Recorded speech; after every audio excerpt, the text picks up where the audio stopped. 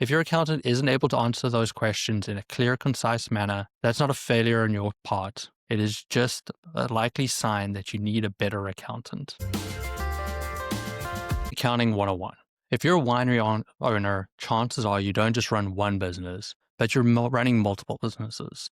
You're running a farming business, a manufacturing business, an inventory storage business, and a consumer sales business, all within this one entity. And yet, most wineries are still using accounting systems that were built for simple retail or service businesses. Today, I want to give you a high-level introduction to wine accounting, what makes it different, where winery finances usually go wrong, and what you, as an owner, should expect from your financials. This will be simple, no accounting jargon, just practical insight to help you run a better winery. Wine accounting is fundamentally different from most other industries because of timing.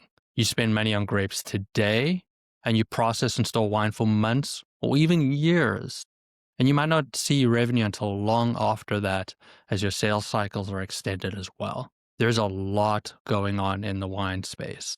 Long production cycles, cash flows far before cash inflows, inventory that appreciates over time instead of turning quickly. This means your P&L can look terrible while your winery is actually healthy, or look great while cash is quietly bleeding out. That's why winery owners often tell me, we're profitable on paper, but we're always short on cash. There are 3 core financial challenges all wineries face. Number 1, inventory is not just inventory. In most businesses, inventory is simple. You buy it, you sell it, you're done. In a winery, it is very, very different. Inventory includes grapes in the field, juice in the tank, wine aging in barrels, bottles sitting for years. Each stage has different costs, risks, and timelines, and lumping it all together hides the truth. Wine inventory is complicated. If your financials don't clearly separate bulk wine, bottled wine, and aging inventory, you're flying blind. Challenge number 2.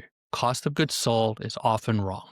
One of the biggest mistakes I see is understated wine cost. Many wineries expense too much too early or not at all. Commonly missed costs include vineyard labor, barrel depreciation, storage and warehousing, custom crush fees, bottling and package overhead, and a lot of the time, when the owner is the winemaker, there is no cost included for their time. If your cost per bottle isn't accurate, you can't price correctly, and you can't scale profitably. Challenge number 3, sales channels distort the numbers. Selling wine through wholesale, tasting room, wine clubs, and DTC are completely different businesses, but most wineries lump them all together. That hides which channels are actually profitable, where your best customers are, and what should be scaled and what shouldn't. It's important to know how much your wine costs, what you're selling it in each market, and what the margin is for those wines in those various markets. Good wine accounting separates revenue and margins by channel, not just sales. This gives you a better picture of how your business is doing. What should good wine accounting give you?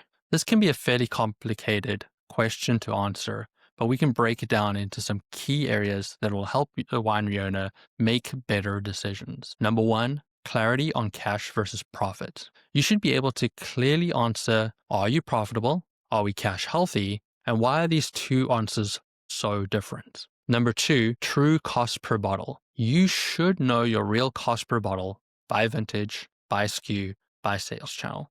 And if the cost of these products are all the same, you probably have a serious problem. Having correct costs is how confident pricing decisions are made. Number 3, forward-looking insight. Great wine accounting isn't just historical. It helps you answer, how much wine should we produce next year? Can we afford to expand the tasting room? What happens to cash if we hold inventory longer? Good wine accounting provides you with insight to make future planning decisions. Whether you work with someone else or with us, you have 3 questions every winery owner should be asking their accountant. Number 1, can you explain our inventory in plain English? Can you tell us what inventory you have, where it is, and how it's been sold? Number 2, do we know our true cost per bottle? Do we know exactly the breakdown between the juice cost, the labor cost, the overhead costs, and the dry good costs? Are our prices per our products different and represent the time we actually spend on each one of them? Question number 3, can you break profitability down by sales channel? Do we have insight into what wine is being sold where and at what margin? If your accountant isn't able to answer those questions in a clear, concise manner, that's not a failure on your part. It is just a likely sign that you need a better accountant. Winery accounting is complicated, and having an expert that understands the industry will make a big difference. Winery accounting is complex, but it doesn't have to be if there's clarity in what you're looking for and what you need to make good business decisions. When done right, it gives you confidence to invest, grow, and plan without guessing.